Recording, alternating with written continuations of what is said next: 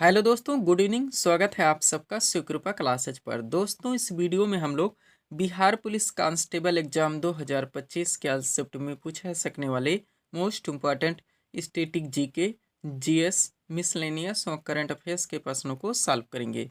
दोस्तों, आपके एग्जाम्स में स्टैटिक जीके, जीएस, मिसलेनियस और करंट अफेयर्स के जितने भी टॉपिक से क्वेश्चंस पूछे जाने हैं, उन सभी टॉपिक्स को कलेक्ट करके ए टू जेड एक एक क्वेश्चन व एक एक फैक्ट चुन चुन के डाला गया है। इसके अलावा आपके प्रीवियस ईयर एग्जाम्स के प्रश्नों को भी शामिल किया गया है। साथ में एक्स्ट्रा फैक्ट को पूरी तरह से कवर करने का प्रयास किया गया है। तो दोस्तों, आप लोग इन्हें कॉन्सेंट्रेट होकर सॉल्व करें। क्वेश्चंस कम सॉल्व होने पर पुनः प्रश्नों का रिवीजन करें, ताकि बिहार पुलिस कांस्टेबल एग्जाम 2025 में आप लोग स्टैटिक जीके, जीएस, मिसलेनियस व करंट अफेयर्स के टॉपिक से अच्छे से अच्छा स्कोर कर सकें। ध्यान रखें दोस्तों, आपके एग्जाम में आपका पूरा स्टैटिक जीके यानी कि हिस्ट्री, पॉलिटी, ज्योग्राफी, इकोनॉमिक्स, पूरा आपका मिसलेनियस यानी विविध वाला चैप्टर, पूरा आपका जीएस यानी कि जनरल साइंस और करंट अफेयर्स, इन सभी टॉपिक्स का अच्छा खासा वेटेज है। पूरे 75 नंबर्स के क्वेश्चंस आपके इन सभी टॉपिक से पूछे जाएंगे। तो चलिए दोस्तों, ज़्यादा समय न लेते हुए हम लोग इन सभी मोस्ट इंपॉर्टेंट प्रश्नों को सॉल्व करना शुरू करते हैं। दोस्तों, क्वेश्चंस को स्टार्ट करेंगे हम लोग जीके के टॉपिक से। पहला क्वेश्चन है दोस्तों हमारा, 1857 ईस्वी के विद्रोह का नेतृत्व लखनऊ से किसने किया था? करेक्ट आंसर होगा बेगम हजरत महल ने। जीके का पहला क्वेश्चन दोस्तों हमारा किस टॉपिक से लग गया है? 1857 ईस्वी की क्रांति को लेकर आया, जो कि आपका सुपर टॉपिक है। कंटिन्यू आपके एग्जाम्स में दोस्तों इस टॉपिक से क्वेश्चन देखने को मिलेंगे। तो इस टॉपिक से रिलेटेड जितने भी क्वेश्चंस, फैक्ट व कंटेंट बनते हैं, पूरी तरह से कंप्लीट करके परफेक्ट सीट आपके सामने लगा दी गई है। अगर इस सीट को आप लोग अच्छे से प्रिपेयर करके चलते हैं तो यकीन कीजिएगा दोस्तों, इस टॉपिक से कोई भी क्वेश्चंस आपके एग्जाम में मिस नहीं हो सकते। तो चलिए दोस्तों, इस सुपर टॉपिक्स को हम लोग पूरी तरह से कंप्लीट करना शुरू करते हैं। क्वेश्चन था हमारा, 1857 ईस्वी के विद्रोह का नेतृत्व लखनऊ से किसने किया था? करेक्ट आंसर होगा बेगम हजरत महल ने। अब चलिए दोस्तों, इस सीट को थोड़ा सा अपने सामने करते हैं। देखिएगा, इंपॉर्टेंट पॉइंट्स के जरिए इस टॉपिक को ए टू जेड यानी कि क्रम से पूरी तरह से कंप्लीट किया गया है। पहला पॉइंट है हमारा, 29 मार्च 1857 ईस्वी को मंगल पांडे, आप जानते हैं इनका नाम इनके साथ जुड़ा हुआ है, नामक एक सैनिक ने बैरकपुर में गाय की चर्बी मिले कारतूसों को मुंह से काटने से स्पष्ट मना कर दिया। फलस्वरूप उन्हें गिरफ्तार कर 8 अप्रैल 1857 को फांसी दे दी गई। दोस्तों ध्यान देंगे आप लोग, जहाँ पे हम डेट मेंशन करके चलते हैं पूरी तरह से आप प्रिपेयर रहिए। कंटिन्यू क्वेश्चंस बनते हैं इस तरह से दोस्तों, इसीलिए हमारे द्वारा मेंशन कर दिया जाता है। अगला पॉइंट है आपका, मंगल पांडे का संबंध 34वीं नेटिव इन्फेंट्री यानी कि एनआई से था। डायरेक्टली आपके एग्जाम से क्वेश्चंस बनते हैं दोस्तों कि मंगल पांडे किस बटालियन के सिपाही थे, तो ये 34वीं बटालियन के सिपाही थे। आगे बढ़ेंगे आप लोग। पॉइंट हमारा 10 मई 1857, डेट आप लोग जरूर ध्यान रखेंगे के दिन मेरठ, लोकेशन जरूर ध्यान रखें कि पैदल टुकड़ी यानी कि 20 एनआई से 1857 ईस्वी की क्रांति की शुरुआत हुई। वह 1857 ईस्वी की क्रांति के समय भारत के मुगल सम्राट तो बहादुर शाह जफर यानी कि बहादुर शाह द्वितीय थे। वह 1857 ईस्वी की क्रांति के समय भारत के गवर्नर जनरल लॉर्ड कैनिंग थे। हर फैक्ट, हर कंटेंट को आप लोगों को कंप्लीट करके चलने हैं। दोस्तों, हम आपको बताना चाहेंगे, हमारे एक सेंटेंस से, एक कॉन्सेप्ट से बहुत सारे क्वेश्चंस, फैक्ट व कंटेंट बनते हैं, जो कि आपके एग्जाम में भर भर के पूछे जाते हैं। यही वजह दोस्तों अपने वीडियोस में ऑप्शन नहीं लगाते, क्योंकि ऑप्शन से सारी चीज़ें आपकी एक साथ कभी कंप्लीट नहीं हो पाती, केवल कन्फ्यूजन क्रिएट होता है और टाइम टेकिंग हो जाता है। जो भी टॉपिक्स दोस्तों हमारे द्वारा जहाँ पे उठाए जाते हैं, उनको वहीं पे हर टेंट से ए टू जेड पूरी तरह से कंप्लीट कर दिया जाता है। सब कुछ आपके पीडीएफ में पूरी तरह से मेंशन है। सारे क्लासेस के वीडियोस के टॉपिक्स भी आपके पीडीएफ में पूरी तरह से ऐड किए गए हैं। वो हर टॉपिक्स दोस्तों जो कि आपके एग्जाम्स में पूरे 75 क्वेश्चंस का वेटेज है, आपके पूरे पाठ्यक्रम को प्रिपेयर करके आपके पीडीएफ में कंप्लीट कर दिया गया है, जहां जहां से आपके एग्जाम्स में क्वेश्चंस बनने हैं। अब आगे बढ़ेंगे दोस्तों आप लोग, जहां पर आप लोग 1857 ईस्वी की क्रांति से रिलेटेड जितने दोस्तों इस विद्रोह के नेतृत्व करता थे, जो कि आपके एग्जाम में डायरेक्टली क्वेश्चंस बनते हैं, अच्छी तरह से आप लोग कंप्लीट करेंगे। देखिएगा, पॉइंट हमारा 1857 ईस्वी की महान क्रांति के प्रमुख केंद्र और संबंधित नेतृत्व करता है। चलिए स्टार्ट करते हैं। बात की जाए दोस्तों दिल्ली से, तो दिल्ली से 1857 ईस्वी के विद्रोह का नेतृत्व बहादुर शाह जफर ने किया था। वह वक्त खान ने सैन्य नेतृत्व किया था, ये भी आप लोग ध्यान रखेंगे। नेक्स्ट, कानपुर से बात की जाए दोस्तों, तो 1857 ईस्वी के विद्रोह का नेतृत्व नाना साहब ने किया था। वह तात्या टोपे ने यहाँ से सैन्य नेतृत्व किया था। लखनऊ से बात की जाए दोस्तों, तो बेगम हजरत महल ने किया था। झांसी से दोस्तों रानी लक्ष्मीबाई ने किया था। इलाहाबाद से दोस्तों लियाकत अली ने किया था। जगदीशपुर से कुंवर सिंह ने किया था। बरेली से खान बहादुर खान ने किया था। फैजाबाद से मौलवी अहमदुल्ला ने किया था। और फतेहपुर से 1857 ईस्वी के विद्रोह का नेतृत्व अजीमुल्ला ने किया था। यहाँ तक इस टॉपिक को आप लोगों को पूरी तरह से कंप्लीट करके चलने हैं। आगे बढ़ेंगे दोस्तों, थोड़ा सा पीडीएफ के बारे में बात होगी, पुनः हम लोग अगले टॉपिक्स को पूरी तरह से कंप्लीट करेंगे। देखिएगा दोस्तों, एसएससी एग्जाम से बात की जाए तो एसएससी जीडी का दोस्तों पीडीएफ हमारे द्वारा पूरी तरह से कंप्लीट किया गया था। हाल ही में आपका एग्जाम हुआ है, एक सफिशिएंट परफेक्ट पीडीएफ रहा है दोस्तों आपके इस एग्जाम में। इसके अलावा हम आपको बताना चाहेंगे एसएससी सीजीएल टियर 1 एग्जाम 2025 और एसएससी एमटीएस के लिए दोस्तों पीडीएफ हमारे द्वारा रेडी किया जा रहा है, जो कि कम से कम समय में पूरी तरह से कंप्लीट कर दिया जाएगा। रेलवे में बात की जाए दोस्तों तो आपका आरआरबी एनटीपीसी जिसका आपके एग्जाम में पूरे 40 क्वेश्चंस का वेटेज है। इसके अलावा दोस्तों ग्रुप डी जिसमें 45 क्वेश्चंस का वेटेज है, ये पीडीएफ हमारे द्वारा पूरी तरह से कंप्लीट कर दिया गया है और अभ्यर्थियों को दिया जा रहा है। बिहार पुलिस कांस्टेबल के बारे में बात की जाए दोस्तों तो ये भी पीडीएफ आपका पूरी तरह से कंप्लीट कर दिया गया है, जिसमें आपका पूरा स्टैटिक जीके आएगा, यानी हिस्ट्री, पॉलिटी, ज्योग्राफी, इकोनॉमिक्स, पूरा आपका मिसलेनियस यानी विविध आएगा, पूरा आपका जनरल साइंस आएगा, पूरा आपका करंट अफेयर्स आएगा। इसके अलावा हम आपको बताना चाहेंगे दोस्तों बिहार एसएससी 10+2 जो 2023 की वैकेंसी थी, जिसका एग्जाम अभी तक नहीं हो पाया दोस्तों, इसका नया वर्जन पीडीएफ भी पूरी तरह से फिर से रेडी कर दिया गया है। वह यूपी ट्रिपल एसी से जुड़े विभिन्न वैकेंसीज के दोस्तों स्टैटिक जीके, जीएस, मिसलेनियस व यूपी स्पेशल में स्टैटिक व करंट के पीडीएफ भी पूरी तरह से कंप्लीट कर दिए गए हैं। 100 रुपीज़ इसकी पेड फीस रखी गई। व्हाट्सअप नंबर आप लोगों के सामने है, जहां पर आप जुड़कर पीडीएफ ले सकते हैं। बढ़ेंगे दोस्तों हम लोग अगले टॉपिक्स की ओर। अगला क्वेश्चन दोस्तों आपके सामने है, देखेंगे किस टॉपिक से रखा गया। क्वेश्चन है हमारा, जैन धर्म के 24वें एवं अंतिम तीर्थंकर कौन थे? करेक्ट आंसर होगा महावीर स्वामी। जीके का अगला क्वेश्चन दोस्तों हमारा किस टॉपिक से लग गया है? जैन धर्म से। आपकी स्टैटिक जीके का दोस्तों सुपर टॉपिक। बहुत सारे क्वेश्चंस फैक्ट व कंटेंट यहाँ से बनते हैं, जो कि आपके एग्जाम में कंटिन्यू पूछे जाते हैं, तो पूरी तरह से कंप्लीट करके परफेक्ट सीट आपके सामने लगाई गई है। अच्छे से आप लोगों को प्रिपेयर करके चलने हैं। चलिए शुरू करते हैं हम लोग। क्वेश्चन था हमारा, जैन धर्म के 24वें एवं अंतिम तीर्थंकर कौन थे? करेक्ट आंसर होगा महावीर स्वामी। अब चलिए दोस्तों इस सीट को थोड़ा सा अपने सामने करते हैं। देखिएगा इंपॉर्टेंट नोट के जरिए इस टॉपिक को क्रम से पूरी तरह से कंप्लीट किया गया है। पहला पॉइंट है हमारा, जैन धर्म के प्रथम तीर्थंकर ऋषभ देव थे। इन्हें इस धर्म का संस्थापक भी माना जाता है। नेक्स्ट, जैन धर्म में कुल 24 तीर्थंकर हुए। महावीर स्वामी जैन धर्म के 24वें तीर्थंकर थे और इन्हें जैन धर्म का वास्तविक संस्थापक माना जाता है। आगे बढ़ेंगे, महावीर स्वामी का जन्म 540 ईसा पूर्व में कुंडग्राम वैशाली में हुआ था। इनके पिता का नाम सिद्धार्थ था, जो कि ज्ञात्रिक क्षत्रिय कुल के थे। वह माता का नाम त्रिशला था, जो कि लिच्छवी शासक चेटक की बहन थी। आगे बढ़ेंगे, महावीर स्वामी के पत्नी का नाम यशोदा था। 30 वर्ष की आयु में महावीर स्वामी ने गृह त्याग किया। 42 वर्ष की अवस्था में जिरम्भिक ग्राम ऋषपालिका नदी के किनारे 12 वर्ष की तपस्या के बाद में इन्हें ज्ञान की प्राप्ति हुई। वह महावीर स्वामी का महापरिनिर्वाण 468 ईसा पूर्व में पावापुरी में हुई। हर कंटेंट को आप लोगों को कंप्लीट करके चलने हैं, ताकि किसी भी टॉपिक से दोस्तों आपके एग्जाम में आपसे क्वेश्चन मिस ना हो। आगे बढ़ेंगे, अगला पॉइंट है दोस्तों आपका, महावीर स्वामी ने 5 महाव्रतों के पालन का उपदेश दिया। ये 5 महाव्रत हैं, सत्य है, अहिंसा है, अस्तेय है, अपरिग्रह है एवं ब्रह्मचर्य है। इनमें से शुरू के 4 महाव्रत जैन धर्म के 30वें तीर्थंकर पार्श्वनाथ के थे। अंतिम महाव्रत दोस्तों ब्रह्मचर्य महावीर स्वामी ने जोड़ा था। महावीर स्वामी ने अपने उपदेश प्राकृत भाषा में दिए। जैन धर्म अनिश्वरवादी है, ये भी आप लोग ध्यान रखेंगे। अगला पॉइंट है आपका, कालांतर में जैन धर्म 2 संप्रदायों श्वेतांबर एवं दिगंबर में बढ़ गया। श्वेतांबर संप्रदाय के अनुयायी श्वेत वस्त्र धारण करते थे, जबकि दिगंबर संप्रदाय के अनुयायी वस्त्रों का परित्याग करते थे। ध्यान रखेंगे आप लोग। आगे बढ़ेंगे, अब आप लोग जानते हैं दोस्तों जैन धर्म में टोटल 2 महासंगीतियों का आयोजन हुआ था। आप लोग अच्छी तरह से कंप्लीट करेंगे। देखिएगा पॉइंट हमारा, जैन धर्म की महासंगीतियां। सबसे पहले इसमें दोनों संगीतियों के क्रम दिए गए हैं, समय दिया गया है, स्थल दिया गया है और अध्यक्षता किसके द्वारा की गई थी ये भी मेंशन कर दिया गया है। बात की जाए दोस्तों प्रथम जैन संगीति की, तो इसका आयोजन 322 ईसा पूर्व से 298 ईसा पूर्व में पाटलिपुत्र में स्थूलभद्र की अध्यक्षता में की गई थी। और द्वितीय जैन संगीत का आयोजन दोस्तों 512 ईस्वी में वल्लभी में देव ऋषिगढ़ी या क्षमा श्रवण की अध्यक्षता में की गई थी। यहाँ तक इस टॉपिक को आप लोगों को कंप्लीट करके चलने हैं। पीडीएफ के लिए हमारा व्हाट्सअप नंबर लगा हुआ है। बढ़ेंगे दोस्तों हम लोग अगले टॉपिक्स की ओर।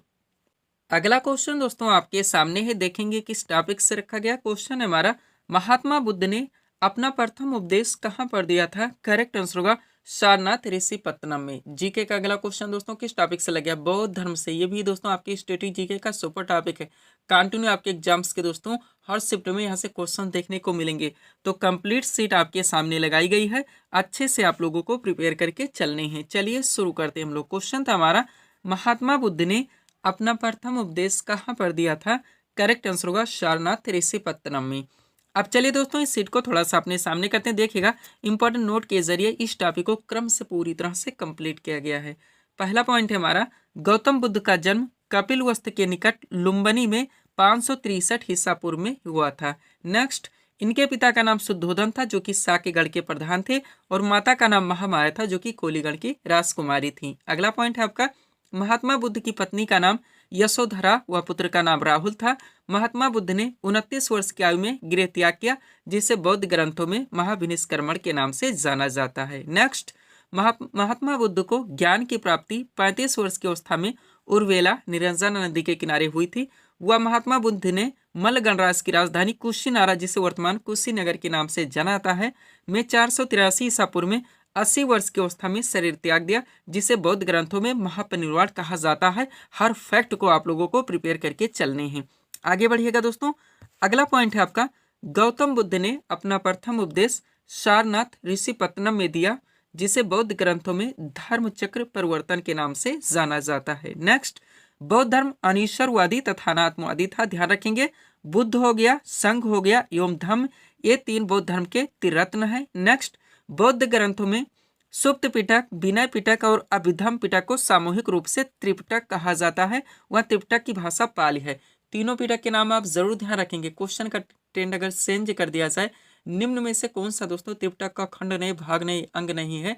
ऐसे में अगर आप तीनों पिटक के नाम याद नहीं रखते तो आप क्वेश्चन सॉल्व नहीं कर सकते। अगला पॉइंट है आपका, महात्मा बुद्ध ने अपने उपदेश पाली भाषा में दिए थे। ध्यान रखेंगे। नेक्स्ट, कालांतर में कनिष्क के शासनकाल में बौद्ध धर्म का विभाजन हीनयान तथा महायान दो शाखाओं में हो गया। हीनयान शाखा के अनुयायियों ने गौतम बुद्ध के मूल उपदेशों को स्वीकार किया, जबकि महायान शाखा के अनुयायियों ने बुद्ध की मूर्ति पूजा का प्रचलन शुरू किया। ध्यान रखेंगे आप लोग। आगे बढ़िएगा। अब आप लोग जानते हैं दोस्तों, बौद्ध धर्म में टोटल 4 महासंगीतियों का आयोजन किया गया था। क्रम से पूरी तरह से आप लोग कंप्लीट करेंगे। पॉइंट है आपका, बौद्ध धर्म की महासंगीतियां। स्टार्ट करते हैं हम लोग। बात की जाए दोस्तों प्रथम बौद्धिक संगीति का आयोजन, तो ये 483 ईसा पूर्व में राजगृह में अजात शत्रु के शासनकाल में की गई थी। नेक्स्ट, द्वितीय बौद्ध संगीति के आयोजन की बात की जाए तो ये 383 ईसा पूर्व में वैशाली में कालाशोक के शासनकाल में की गई थी। नेक्स्ट, तृतीय बौद्ध संगीति का आयोजन 250 ईसा पूर्व में पाटलिपुत्र में अशोक के शासनकाल में हुई थी। वह चतुर्थ बौद्ध संगीति का आयोजन दोस्तों 98 ईसा पूर्व में कुंडल वन में कनिष्क के शासनकाल में की गई थी। ध्यान रखेंगे। अब आप जानते हैं दोस्तों, चारों महासंगीतियों का आयोजन जिनकी अध्यक्षता में हुई थी, ये भी क्वेश्चन आपके एग्जाम में कंटिन्यू पूछे आते हैं, तो इसको भी आप लोग कंप्लीट करेंगे। देखिएगा, प्रथम बौद्ध संगीति का आयोजन दोस्तों ये महाकश्यप की अध्यक्षता में हुई थी। द्वितीय बौद्ध संगीति का आयोजन सर्वकामी या सब्बाकामी की अध्यक्षता में की गई थी। तृतीय बौद्ध संगीति का आयोजन मोगलिपुत तिस्स की अध्यक्षता में की गई थी, और चतुर्थ बौद्ध संगीति का आयोजन वसुमित्र की अध्यक्षता में की गई थी। यहाँ तक इस टॉपिक को आप लोगों को कंप्लीट करके चलने हैं। सब कुछ आपके पीडीएफ में पूरी तरह से मेंशन है। सर क्लासेस के वीडियोस के टॉपिक्स आपके पीडीएफ में पूरी तरह से एंड किए गए। वो हर टॉपिक्स दोस्तों आपके पूरे पाठ्यक्रम को प्रिपेयर करके आपके पीडीएफ में कंप्लीट कर दिया गया है, जहां जहां से आपके एग्जाम्स में क्वेश्चंस बनने हैं। पीडीएफ के लिए हमारा व्हाट्सएप नंबर लगा हुआ है। बढ़ेंगे दोस्तों हम लोग अगले टॉपिक्स की ओर। अगला क्वेश्चन दोस्तों आपके सामने है, देखेंगे किस टॉपिक से रखा गया। क्वेश्चन है हमारा, आजाद हिंद फौज की स्थापना किसने और कब की थी? करेक्ट आंसर होगा रास बिहारी बोस ने 1942 ईस्वी में। जीके का अगला क्वेश्चन दोस्तों हमारा किस टॉपिक से लग गया? महत्वपूर्ण जितने भी दोस्तों सामाजिक व धार्मिक आंदोलन है एवं समाज सुधारक हैं। डाकली आपके एग्जाम्स में क्वेश्चन बनते हैं दोस्तों कि आर्य समाज की स्थापना किसने की, ब्रह्म समाज की स्थापना किसने की, सत्य शोधक समाज की स्थापना किसने की, रामकृष्ण मिशन की स्थापना किसने की। तो यहाँ पे दोस्तों संस्थापक के साथ साथ स्थापना वर्ष भी मेंशन करके कंप्लीट सीट आपके सामने लगाई गई है। अच्छे से आप लोगों को प्रिपेयर करके चलने हैं।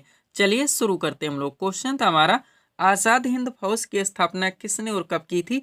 करेक्ट आंसर होगा रास बिहारी बोस ने 1942 ईस्वी में। अब चलिए दोस्तों इस सीट को थोड़ा सा अपने सामने करते हैं। देखिएगा, सबसे पहले दोस्तों इसमें विभिन्न संस्थाओं के नाम दिए गए हैं, स्थापना वर्ष दिया गया और संस्थापक भी मेंशन कर दिया गया है। बात की जाए दोस्तों एशियाटिक सोसाइटी की, तो इसकी स्थापना 1784 में की गई थी विलियम जोन्स के द्वारा। आत्मीय सभा की बात की जाए तो इसकी स्थापना 1815 में की गई थी राजा राम मोहन राय के द्वारा। वेदांत कॉलेज की स्थापना 1825 में हुई थी राजा राम मोहन राय के द्वारा। और ब्रह्म समाज की स्थापना 1828 में हुई थी राजा राम मोहन राय के द्वारा। नेक्स्ट, तत्वबोधिनी सभा की स्थापना 1839 में हुई थी देवेंद्र नाथ ठाकुर के द्वारा। इंडियन एसोसिएशन की स्थापना 1876 में की गई थी आनंद मोहन बोस एवं सुरेंद्र नाथ बनर्जी के द्वारा। वह पूना सार्वजनिक सभा की स्थापना 1867 में हुई थी एमजी रानाडे के द्वारा। हर फैक्ट को आप लोगों को कंप्लीट करके चलने हैं, एक एक क्वेश्चन की कीमत आप लोग जानते हैं। आगे बढ़ेंगे। प्रार्थना समाज की बात की जाए तो इसकी स्थापना 1867 में हुई थी आत्माराम पांडुरंग के द्वारा। आर्य समाज की स्थापना 1875 में हुई थी स्वामी दयानंद सरस्वती के द्वारा। बेलूर मठ की स्थापना 1887 में हुई थी स्वामी विवेकानंद के द्वारा। और रामकृष्ण मिशन की स्थापना 1897 में हुई थी स्वामी विवेकानंद के द्वारा। Next, servants of India society की स्थापना 1905 में की गई थी गोपाल कृष्ण गोखले के द्वारा। अभिनव भारत सोसाइटी की स्थापना 1904 में हुई थी विनायक दामोदर सावरकर के द्वारा। मुस्लिम लीग की स्थापना 1906 में की गई थी आगा खान सलीमुल्लाह खान के द्वारा। अनुशीलन समिति की स्थापना 1907 में हुई थी बारेंद्र घोष और भूपेंद्र दत्त के द्वारा। सब कुछ आपको अच्छे से कंप्लीट करके चलने हैं। आगे बढ़िएगा। विश्व भारती की स्थापना 1912 में हुई थी रविन्द्रनाथ ठाकुर के द्वारा। गदर पार्टी की स्थापना 1913 में हुई थी लाला हरदयाल के द्वारा। हिंदू महासभा की स्थापना 1915 में हुई थी मदन मोहन मालवीय के द्वारा। होम रूल लीग की स्थापना 1916 में की गई थी तिलक यानी बेसेंट के द्वारा। नेक्स्ट, खिलाफत आंदोलन की स्थापना 1919 में हुई थी अली बंधु के द्वारा। स्वराज पार्टी की स्थापना 1923 में हुई थी मोतीलाल नेहरू एवं चित्तरंजन दास के द्वारा। राष्ट्रीय स्वयंसेवक संघ की स्थापना 1927 में हुई थी डॉक्टर हेडगेवार एवं बीएस मुंजे के द्वारा। वह हिंदुस्तान सोशलिस्ट रिपब्लिकन आर्मी की स्थापना 1928 में हुई थी भगत सिंह एवं चंद्रशेखर आजाद के द्वारा। अच्छे से आप लोग कंप्लीट करके चलेंगे। आगे बढ़िएगा। अगला है दोस्तों आपका खुदाई खिदमतगार मोस्ट इंपॉर्टेंट, जिसकी स्थापना 1929 में की गई थी खान अब्दुल गफ्फार खां के द्वारा। फॉरवर्ड ब्लॉक की स्थापना 1939 में की गई थी सुभाष चंद्र बोस के द्वारा। आज़ाद हिंद फौज की स्थापना 1942 में हुई थी रास बिहारी बोस के द्वारा। और आज़ाद हिंद सरकार की स्थापना 1943 में की गई थी सुभाष चंद्र बोस के द्वारा। यहाँ तक इस टॉपिक को आप लोगों को कंप्लीट रखने हैं। पीडीएफ के लिए हमारा व्हाट्सअप नंबर लगा हुआ है। बढ़ेंगे दोस्तों हम लोग अगले टॉपिक्स की ओर। अगला क्वेश्चन दोस्तों आपके सामने ही देखेंगे किस टॉपिक से रखा गया है। क्वेश्चन है हमारा, गुलाम वंश की स्थापना किसने की थी? करेक्ट आंसर होगा कुतुबुद्दीन ऐबक ने। जीके का अगला क्वेश्चन दोस्तों हमारा किस टॉपिक से लगे? जितने ही दोस्तों ऐतिहासिक राजवंश हैं डाकली आपके एग्जाम से क्वेश्चन बनते हैं दोस्तों, ये कौन से वंश की स्थापना किसके द्वारा की गई थी? तो यहाँ पे दोस्तों संस्थापक के साथ साथ उनकी राजधानी कहाँ पर थी ये भी कंप्लीट करके परफेक्ट सीट आपके सामने लगाई गई है। अच्छे से आप लोगों को प्रिपेयर करके चलने हैं। चलिए शुरू करते हैं हम लोग। क्वेश्चन था हमारा, गुलाम वंश की स्थापना किसने की थी? करेक्ट आंसर होगा कुतुबुद्दीन ऐबक ने। क्वेश्चन का टॉपिक है हमारा ऐतिहासिक राजवंश एवं उनकी राजधानी। चलिए सीट को थोड़ा सा अपने सामने करते हैं, देखिएगा। अब सबसे पहले दोस्तों इसमें विभिन्न ऐतिहासिक राजवंशों के नाम दिए गए हैं, उनके संस्थापक के नाम दिए गए हैं और राजधानी भी मेंशन कर दी गई है। बात की जाए दोस्तों हर्यक वंश की, तो इनके संस्थापक बिंबिसार थे, इनकी राजधानी राजगृह थी। शिशुनाग वंश के संस्थापक शिशुनाग थे, इनकी राजधानी वैशाली थी। मौर्य वंश के संस्थापक चंद्रगुप्त मौर्य थे, इनकी राजधानी पाटलिपुत्र थी। शुंग वंश के संस्थापक पुष्यमित्र शुंग थे, इनकी भी राजधानी पाटलिपुत्र थी। नेक्स्ट, गुलाम वंश के संस्थापक कुतुबुद्दीन ऐबक थे, इनकी राजधानी दिल्ली थी। संगम वंश के संस्थापक हरिहर एवं बुक्का थे, इनकी राजधानी विजयनगर थी। लोधी वंश के संस्थापक बहलोल लोधी थे, इनकी राजधानी दिल्ली थी। सब कुछ आपको पूरी तरह से कंप्लीट करके चलने हैं। एक बात ऑलरेडी कहना चाहेंगे दोस्तों, जितने भी अभ्यर्थी पीडीएफ को ले चुके ले रहे हैं दोस्तों, हो सके आप लोग थोड़ा सा इन्वेस्ट करके दोस्तों प्रिंट आउट निकलवा लीजिए। प्रिंट आउट निकलवाने से एक अच्छी खासी सीट बन जाएगी, आप अच्छे से पढ़ सकते हैं, अंडरलाइन लगा के रिवाइज कर सकते हैं। और अगर आप इतना कर लेते हैं दोस्तों तो कम से कम समय में बिना इधर उधर भटके आप लोगों की प्रिपरेशन अच्छे खासे ढंग से क्लियर हो जाती है। पीडीएफ को इस फॉर्मेट में बनाया भी गया है कि आपको पढ़ने में भी अच्छा लगेगा और आपकी सारी चीज़ें कम से कम समय में पूरी तरह से कंप्लीट हो जाएंगी। देखिएगा अगला है दोस्तों आपका राष्ट्रकूट वंश, जिनके संस्थापक दंतदुर्ग थे, इनकी राजधानी मान्यखेड़ थी। पल्लव वंश के संस्थापक सिंह विष्णु थे, इनकी राजधानी कांचीपुरम थी। चालुक्य वंश के संस्थापक पुलकेशिन प्रथम थे, इनकी राजधानी बादामी या वात्फी थी। मुगल वंश के संस्थापक बाबर थे, इनकी दोस्तों राजधानी दिल्ली और आगरा दोनों थी। तुगलक वंश के संस्थापक गयासुद्दीन तुगलक थे, इनकी राजधानी दिल्ली थी। खिलजी वंश के संस्थापक जलालुद्दीन खिलजी थे, इनकी भी राजधानी दिल्ली थी। और लोधी वंश के संस्थापक दोस्तों बहलोल लोधी थे, इनकी भी राजधानी दिल्ली थी। वर्धन वंश के संस्थापक पुष्यभूति थे, इनकी राजधानी थानेश्वर व कन्नौज दोनों थी। अच्छी तरह से आप लोग ध्यान रखेंगे। आगे बढ़िएगा। अगला है दोस्तों आपका गुर्जर प्रतिहार वंश, जिनके संस्थापक नागभट्ट प्रथम थे, इनकी राजधानी कन्नौज थी। चौहान वंश के संस्थापक वासुदेव थे, इनकी राजधानी अजमेर थी। नंद वंश के संस्थापक महापद्मनंद थे, इनकी राजधानी पाटलिपुत्र थी। लास्ट है आपका सातवाहन वंश, जिनके संस्थापक सुमुख थे, इनकी राजधानी प्रतिष्ठान थी। यहाँ तक इस टॉपिक को आप लोगों को कंप्लीट रखने हैं। पीडीएफ के लिए हमारा व्हाट्सअप नंबर लगा हुआ है। बढ़ेंगे दोस्तों हम लोग अगले टॉपिक्स की ओर। अगला क्वेश्चन दोस्तों आपके सामने है, देखेंगे किस टॉपिक से रखा गया। क्वेश्चन है हमारा, हरिप्रसाद चौरसिया का संबंध किस वाद्ययंत्र से है? करेक्ट आंसर होगा बांसुरी से। जीके का अगला क्वेश्चन दोस्तों आपका किस टॉपिक से लग गया है? महत्वपूर्ण वादक एवं उनके वाद्ययंत्र, आपका सुपर टॉपिक है। कंटिन्यू दोस्तों आपके एग्जाम्स के हर शिफ्ट में यहाँ से क्वेश्चन देखने को मिलेंगे, तो कंप्लीट सीट आपके सामने लगाई गई है। जब चाहे 1 मिनट में इसको आप लोग पूरी तरह से रिवाइज कर सकते हैं। सब कुछ आपके पीडीएफ में पूरी तरह से मेंशन है। सारे क्लासेस के वीडियोस के टॉपिक्स भी आपके पीडीएफ में पूरी तरह से ऐड किए गए हैं। चलिए शुरू करते हैं हम लोग। क्वेश्चन था हमारा, हरिप्रसाद चौरसिया का संबंध किस वाद्ययंत्र से? करेक्ट आंसर होगा बांसुरी से। अब चलिए दोस्तों इस सीट को थोड़ा सा अपने सामने करते हैं। देखिएगा इंपॉर्टेंट पॉइंट्स के जरिए इस टॉपिक को पूरी तरह से कंप्लीट किया गया है। पहला पॉइंट है हमारा, जाकिर हुसैन, अल्लाह रखा खां, गुदई महाराज, सफात खान और लतीफ खां। 5 नाम ध्यान रखें, पांचों मोस्ट इंपॉर्टेंट हैं, ये तबला वादक हैं। नेक्स्ट, पंडित रविशंकर, विलायत खान, निखिल बनर्जी, बंदे हसन और शाहिद परवेज। 5 नाम यहाँ पर भी ध्यान रखें, पांचों मोस्ट इंपॉर्टेंट है, ये सितार वादक हैं। नेक्स्ट, हरिप्रसाद चौरसिया, पन्नालाल घोष, रोनू मजूमदार और राजेंद्र कुलकर्णी। केवल 4 नाम, चारों मोस्ट इंपॉर्टेंट है, ये बांसुरी वादक हैं। वो अमजद अली खां, अलाउद्दीन खां, अली अकबर खां एवं हाफिज खां। 4 नाम यहाँ पर भी ध्यान रखें, चारों मोस्ट इंपॉर्टेंट है, ये सरोद वादक हैं। आगे बढ़ेंगे, उस्ताद बिस्मिल्लाह खान और दयाशंकर जगन्नाथ, केवल 2 नाम, शहनाई वादक हैं। गोविंद स्वामी पिल्लई एवं एल सुब्रह्मण्यम, केवल 2 नाम, जो कि वायलिन वादक हैं। अब केवल एक नाम, उस्ताद रहमान खान जो कि पखावत से हैं। एक ही नाम, टीबी गोपाला कृष्णन जो कि मृदंग से हैं। एक ही नाम, नीरू स्वामी पिल्लई जो कि नादस्वरम से हैं। एक ही नाम, शिव कुमार शर्मा जो कि संतूर से हैं। एक ही नाम, असद अली खां जो कि रुद्र वीणा से। एक ही नाम, यू श्रीनिवासन जो कि मैंडोलिन से। एक ही नाम, अन्नपूर्णा देवी जो कि सुरबहार से हैं। अच्छी तरह से आप लोग कंप्लीट करेंगे। यही वजह दोस्तों अपने वीडियोस में ऑप्शन नहीं लगाते। पीडीएफ के लिए हमारा व्हाट्सअप नंबर लगा हुआ है। बढ़ेंगे दोस्तों हम लोग अगले टॉपिक्स की ओर। अगला क्वेश्चन दोस्तों आपके सामने है, देखेंगे किस टॉपिक से रखा गया। क्वेश्चन हमारा, विटामिन डी का रासायनिक नाम क्या है? करेक्ट आंसर होगा कैल्सिफेरॉल।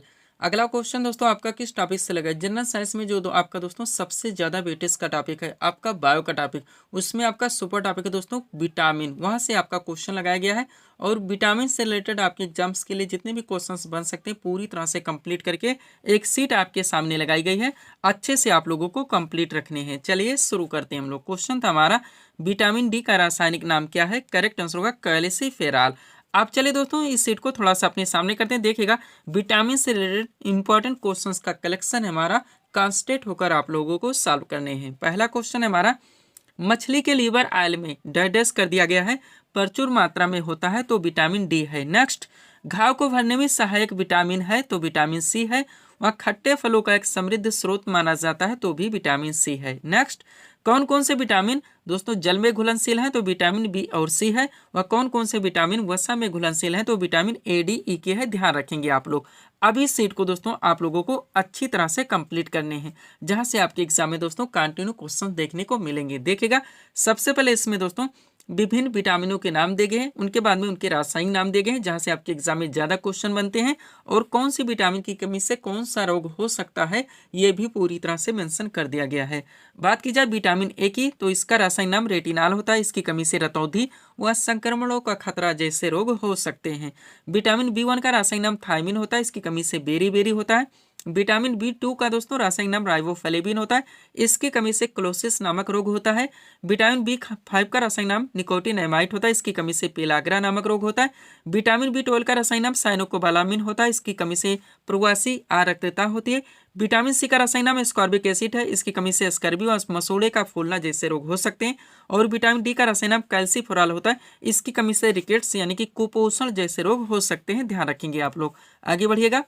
विटामिन ई का रासायनिक नाम टोकोफेरॉल होता है। इसकी कमी से जनन शक्ति का कम होना। और विटामिन के का रासायनिक नाम फिलोक्विनोन होता है। इसकी कमी से रक्त का थक्का नहीं बनता। डायरेक्टली आपके एग्जाम्स में क्वेश्चंस बनते हैं। तो इस वीडियो को दोस्तों यहीं पर विराम देना चाहेंगे। तो दोस्तों इसी तरह के वीडियोस के लिए आप हमारी स्टडी चैनल शिवकृपा क्लासेस से जुड़े, चैनल को सब्सक्राइब करें ताकि हमारे द्वारा दिए जाने वाले सभी वीडियोस आप क्रम से सबसे पहले देख सके। तो पीडीएफ के लिए दोस्तों हमारा व्हाट्सअप नंबर लगा हुआ है। मिलते हैं हम आपको अपने अगले वीडियोस में। Thanks for watching.